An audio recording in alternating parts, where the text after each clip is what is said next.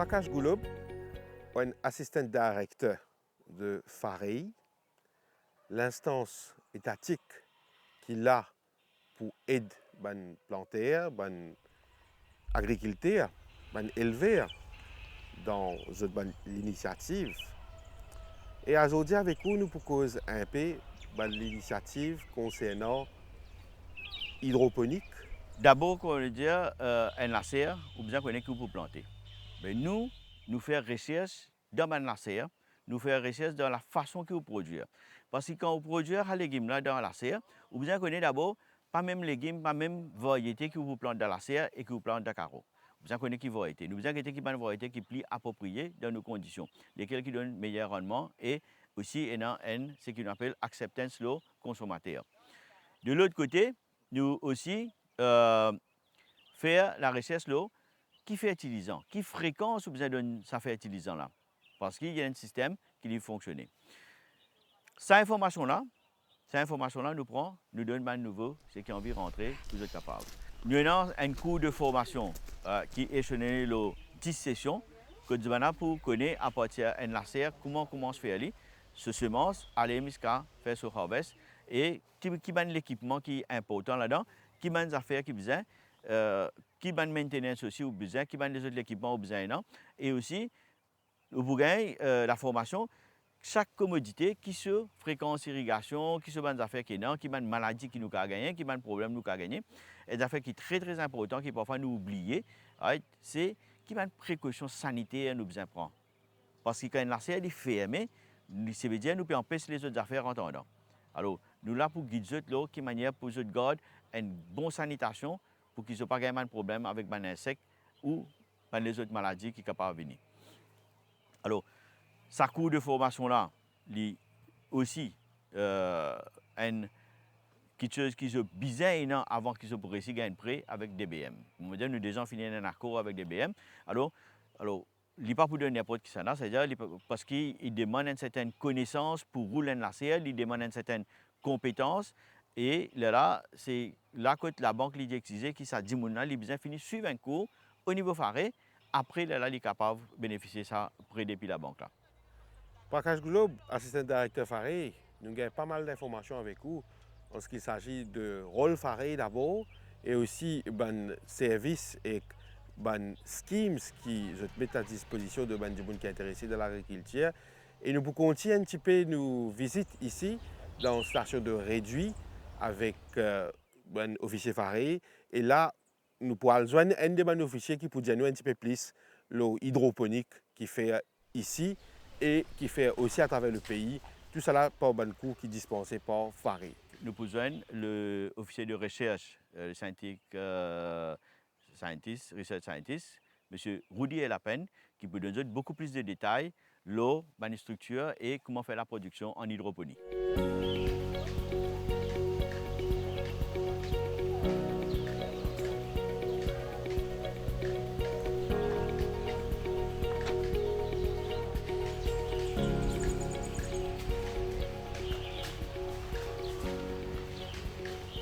Rudy Elapen, un research scientist dans FAREI, un petit peu plus bonheur nous entretenir nous avec M. Prakash Gulab, assistant directeur FAREI, et nous qui comprend l'hydroponique, tout. Donc nous venons ici dans sa lacère, dans la station FAREI à réduit, et nous trouvons pomme d'amour dans hydroponique, dans la lacère. Dis-nous un petit peu une spécificité de sa culture hydroponique, pomme d'amour là par exemple, avant de rentrer dans plus de détails, l'hydroponique comparé à dans la terre traditionnelle et même organique. Dis-nous qui est spécifique à ça. Bon, ici, comment vous dire, nous avons réduit une lacère hydroponique. Dans l'hydroponique, nous pénons la terre, nous pouvons planter dans un sac la paille coco et nous pouvons feed nos plantes, nous pouvons nourrir nos plantes et une solution nutritive. Ici, nous pouvons faire une évaluation de deux variétés qui nous peut tester et ça des variétés là, je fais très bien dans la serre. Et aujourd'hui, nous pouvons faire beaucoup de pommes d'amour dans la serre parce qu'il a demande d'inaugmenter. Quelle est la variété que vous pouvez dire là? pomme d'amour. Par exemple, ici, nous avons deux variétés. Nous avons une variété appelée THN 988 et puis une variété appelée Jupiter qui nous a introduit depuis World Vegetable Center.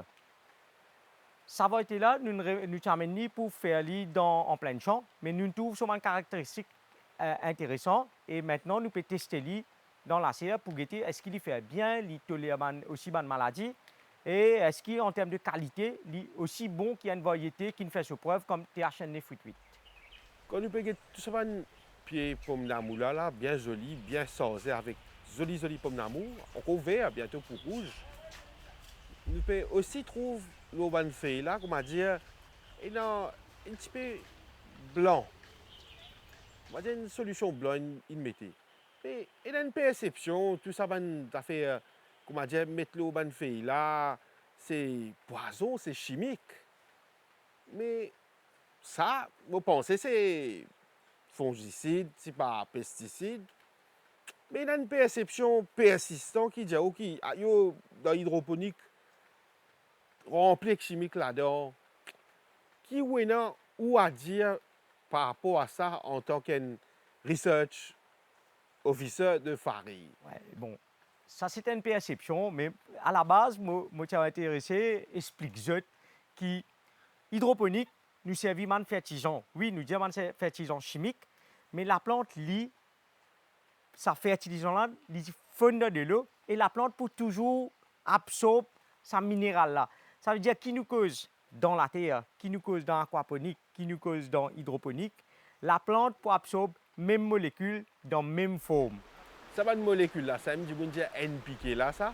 Nous avons des fertilisants comme des minéraux comme NPK, nitrogène, potasse, phosphore. Nous avons aussi calcium, magnésium. Qui est dans l'hydroponique, qui est dans la terre, qui est dans l'aquaponique, c'est les mêmes molécules que la plante pour absorber. Donc, ce côté-là, nous sommes capables de nous la garantir qu'il est chimique, qu'il est biologique. Ça, c'est l'effet de la santé humaine. Par contre, comme on a trouvé, oui, nous servons de pesticides dans la serre, mais beaucoup moins. Dans une serre comme ça, les protégés, nous avons insect-proof partout, nous avons plastique là-haut. Insect-proof, il empêche une bonne quantité d'insectes pas qu'à rentrer dans la serre là même. Déjà là, quantité insecticide qui nous servit pour contrôler les insectes qui dans la serre, les moins, les beaucoup moins. Les même arrive jusqu'à 50 à 60% moins d'insectes. Un gros problème qui nous a, par exemple, pomme d'amour dans le carreau, c'est mouche de fruits. Ici dans la serre, avec ça insecte pouf là, ça size insecte pouf qui nous a là, man mouche de fruits pas même capable de rentrer. Déjà là, il y a une grosse diminution de insecticides qui nous servit. Comment on fait que moi t'allais là dans l'intervention, on trouve une chose un peu blanc l'eau nous fait. Évidemment, ça c'est maintenant nous traitons la serre avec un fongicide préventif qui fait là nous donne une période côté changement les temps, quand nous gagnons température un petit peu fort la journée, mais un petit peu toujours fraîcheur le soir. Et ça grosse différence de température là fait qu'il y a certaines maladies, des champions qui ont développé. Mais ici nous servons un produit préventif, c'est-à-dire nous faisons un traitement préventif qui peut empêcher la maladie rentrer. Et quand nous adoptons ce modèle-là, nous servons beaucoup moins de fongicides pour traiter nos plantations parce que nous pouvons faire préventivement. Nous pouvons empêcher une maladie là. Quand il y a une maladie là, maintenant, si tu as une maladie là, nous devons servir un traitement, un produit plus fort. C'est ça un petit peu l'agriculture raisonnée qui nous promouvoit à la forêt et avec un planteur. Vous dites la peine. Vous pouvez ça, puis pomme d'amour là, bien joli, bientôt le pévin rouge. Vous faites mettre ça fongicide là, l'eau ça. Vous venez me casser ça pomme d'amour là, vous faites une salade tout de suite mal manger. Vous prenez un risque là. Qui m'a besoin de faire? Qui est une good practices qui m'a besoin? Une good practices, on appelle ça une good agricultural practices qui est c'est chaque produit de chaque pesticide et un nombre de jours avant la récolte qui nous besoin respecter. Le chaque bouteille de pesticides pour chaque légume marqué là, voilà, avant la récolte, il y a soit 3 jours, soit 7 jours, soit 21 jours. Ça, c'est une affaire qui est essentielle qui va le planter à respecter. Maintenant, nous, comme ban chercheurs ou nous, ban officiers extension, nous éduquons ban planteurs comment bien faire pour même servir un pesticide et qui ban précaution bien faire et combien de jours bien attendre pour chaque produit. Maintenant, un consommateur quand il achète un légume, il bien connaît qu'il y a une certaine good practice qu'il besoin faire. Il besoin, surtout s'il peut consommer un produit cru, une crudité, comme salade, si tu peux faire tomate, laitue ou ça, la meilleure chose c'est laver. Laver bien avec de l'eau et puis je te servis je produit. Mais avec les temps aussi, le ministère de l'Agriculture il aussi ban produits qui très toxiques. Ça veut dire à la base, ban produit là même pas capable de rentrer au marché. Déjà ça c'est un plus pour protéger nos populations. Il y a beaucoup de travail qui nous peut faire pour éduquer surtout qui les consommateurs, qui les agriculteurs, c'est comment utiliser les pesticides. On appelle ça aussi qui font partie de good agricultural practice. Aujourd'hui, si je prends un produit dans nous la serre, quand il arrive à maturité, ça veut dire qu'il mûr, nous pouvons récolter, je peux tester dans un laboratoire pour voir les résidus qui sont là. Je peux trouver qui majorité, pas majorité, mais 100% pour d'après ma norme. Un nombre acceptable. Acceptable. Ça veut dire qu'il y a un certain level parce que nous pouvons respecter. Nous, première affaire, nous connaissons qui produit nous peut servir. Deuxième chose, combien de jours nous devons attendre avant la récolte. Ça, c'est une affaire qui est très important. Ou peut cause tout ça là, un petit peu plus bonnet avec Prakash Goulob. Il montre-moi une affaire qu'appelle un guide agricole. C'est un petit livre carrément. Ouais. Et dans ce livre-là, comment pour suivre ce livre-là, comment il a une capacité de comprendre ce qui est dans ce livre-là et suivre ça pour avoir une meilleure pratique agricole. Ça, c'est d'une part. D'autre part, comment planter, comment agriculteur, je devine suivre un cours avec Faré et je garde en tête cette pratique-là et suivre les bien. Bon, comment nous dire, nous avons ce guide agricole là, pour les planteurs et même pour tous qui font partie dans l'agriculture, c'est un petit la Bible qui tout le temps nous a lire avec nous parce qu'il donne nous tout les best practice qui est là pour chaque plantation. Qui li pomme d'amour, qui li concombre, li diaou, qui man produit ou qui a servi, comme jour ou bien respecté. Et ça un livre là, li available à faire. Nous avons la majorité plantée dans ce guide agricole avec eux. Et aussi nous avons un extension officer. Je aide ban planter, je donne formation et je aide ban planter comment pour servir sa guide là, comment pour respecter tout ça on a fait là. Et régulièrement dans chaque région, qu'il y dans le nord, qu'il y dans le sud, nous avons un service extension à travers l'île, nous avons un officier à travers l'île qui peut accompagner ce planter là. N'importe qui planter qui a un problème, il passe à un produit, il pas connaître un produit qui se dosage comme les jours, il n'a qu'à contacter sa officier extension sur région là qui peut accompagner, qui peut guider. Nous aussi donnons plusieurs les autres services. Un planter a un problème, il pas capable identifier qui maladie, qui insecte. Nous, ban officier extension, viens dans ce lacier, viens dans ce carreau, faire visite, prends échantillon, guide-li, accompagne-li. C'est un service qui nous peut donner pendant des années, qui nous peut accompagner le planteur. Où dit la peine? Nous pourrions avoir l'occasion avec un autre collègue, dans éventuellement un autre parti programme, Vinlo organique. Mais avant nous aller vers ça, il y a beaucoup de mythes. Il y a beaucoup de légendes qui entourent plantation hydroponique versus plantation organique. Qui est a pour dire par rapport à ce mythe-là et c'est un nombre d'années de cela, il y a beaucoup d'histoires qui peuvent paraître dans la presse qui, aïe, Maurice, c'est un des pays qui casserait la consommation pesticides, fongicides, toute qualité de produits chimiques qui mettent dans la plante, qui finit dans l'assiette et qui finit dans le ventre. Qui est à dire par rapport à ça? Écoutez, il y a beaucoup de perceptions. Il y a beaucoup de perceptions qui nous un pays qui utilise beaucoup de pesticides. Ça, c'est une erreur qui ne colporté, qui peut sortir depuis des années. Il n'est pas nécessairement vrai. Et pour moi, il n'est pas vrai parce qu'il y a, nous, à la forêt, nous avons une base de données. Nous connaissons quelle quantité de pesticides nous importés, quelle quantité de pesticides nous peut servir. Une affaire, il faut bien comprendre quand nous disons pesticides. Pesticides, il inclut des fongicides, pour des fongicides, des bactéricides, il inclut des insecticides, mais il aussi inclut des herbicides qui énormément servi dans la plantation à l'extérieur. Nous prenons exemple la canne à sucre qui servit herbicide pour contrôler les mauvaises herbes après la coupe. Tout ça là forme partie quand nous peut dire nous quand du monde vient dire comme ça qui nous peut servir beaucoup de pesticides, mais il inclut beaucoup de herbicides aussi. Maintenant, quand nous tirons les herbicides dans la liste là, nous pouvons trouver que la quantité qui nous peut dire n'est pas nécessairement vraie. Ça, c'est une perception, mais quand on est à fond dans les chiffres, ce n'est pas ça la réalité. Déjà, comment on peut dire, nous pouvons battre un gros travail avec les planteurs.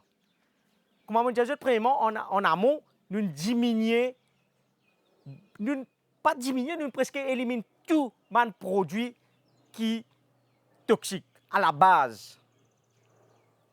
Maintenant, les produits qui rentrent, tous ces produits-là, nous faisons l'éducation avec ces planteurs-là, comment pour servir. Et une fois, je ne veux pas dire qui nous donne le monde parfait, 100% respecté, mais déjà, nous pouvons faire le travail, arriver pour un des gens peut-être qui arrive, je mal servi produit là, mais maintenant, aujourd'hui, nous pouvons dire en 2024, la majorité des planteurs peut comprendre comment pour servir de pesticides. Odier la peine, research scientist au niveau de la farine. Merci beaucoup pour toute cette bonne explication qui nous donne là. Et là, nous poursuivons un petit peu sa visite dans la serre là, qui est occupée là, et nous pouvons comprendre un petit peu le mécanisme qui servit par rapport à la distribution de l'eau et aussi des nutriments à des plantes qui ici, des pommes d'amour qui ici dans sa serre là.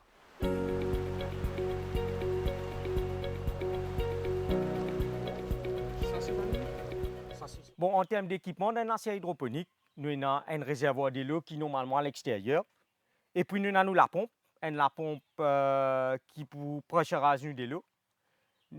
Et puis, tous les systèmes automatiques. Nous avons un injecteur fertilisant qui injecte nos fertilisants, qui nous prépare, qui nous dissout de l'eau. Il injecte ce fertilisant-là qui en forme de concentré, il mélange avec de l'eau et puis il y a dans nos racines de plant. Ça veut dire que chaque plant est un goûteur qui chaque plant est alimenté avec de l'eau et tout les nutriments qu'il a besoin, tous les éléments nutritifs que la plante a besoin pour y pousser.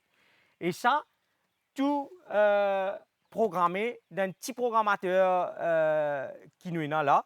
Ça veut dire que nous sommes capables, par exemple, dans la serre là, nous pouvons arroser chaque 30 minutes, prendre depuis le matin 6h30 quand le soleil est levé, jusqu'à le coucher vers les 17h, c'est-à-dire 5h l'après-midi. Chaque 30 minutes, nous plantons peut être arrosées avec une certaine quantité d'eau et de minéraux.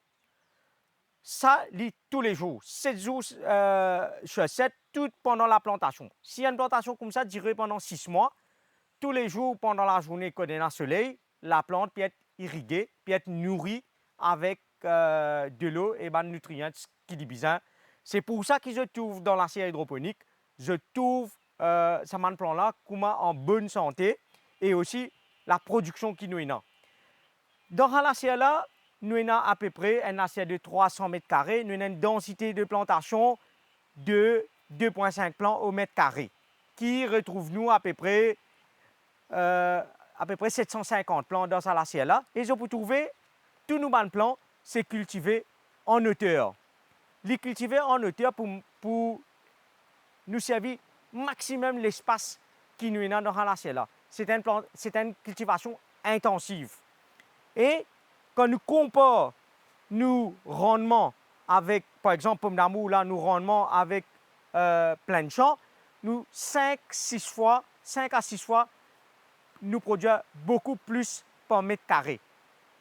C'est pour ça que dans la serre, nous avons sa qualité rendement là. Un serre comme ça, avec 750 plants, nous pouvons atteindre pour récolter à peu près dans les 3,5 tonnes à 4 tonnes. Ça veut dire 4000 kg de pommes d'amour pendant une récolte qui peut durer aux environs de 4 mois.